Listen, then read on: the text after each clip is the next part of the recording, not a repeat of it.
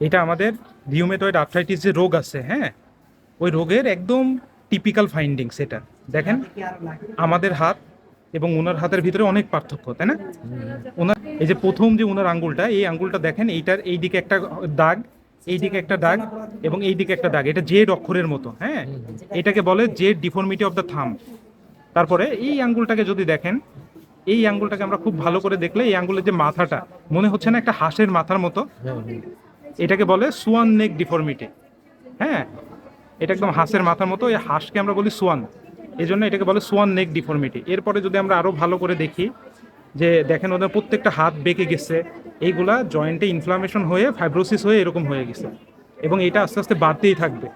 এবং উনি এই যে ব্যথার জন্য উনি এত পরিমাণে ব্যথার ওষুধ খাইছে, ব্যথার ওষুধের একটা সাইড ইফেক্ট হিসেবে পেটে আলসার হয়ে গেছে। তাহলে এই যে এই হাতে সমস্যা, ওনার শরীরে যে শক্ত নডিউলের মতো বললেন না, গোটা গোটা ছিল, এই সবগুলো এই রোগের কারণে। তাহলে আপনাদের, হ্যাঁ, মূল কারণ হচ্ছে এই যে বাত রোগ যেটা, হ্যাঁ, আমরা এটাকে বলি রিউমেটয়েড আর্থ্রাইটিস। এবং এই আর্থ্রাইটিসগুলো মেইনলি ফ্যালেঞ্জিয়াল জয়েন্টে ইনভলভ করে। এই যে এই জায়গাগুলোতে দেখেন, এই জায়গাগুলো কত শক্ত হয়ে গেছে, হ্যাঁ, এই জায়গাগুলো শক্ত হয়ে গেছে, দেখেন আপনার এই জায়গাটা দেখেন কত সুন্দর, আর ওনার শক্ত হয়ে গেছে। এটা ফ্যালেঞ্জিয়াল জয়েন্টে ইনভলভমেন্টের কারণে এগুলো হয়। ঠিক আছে, ঠিক আছে।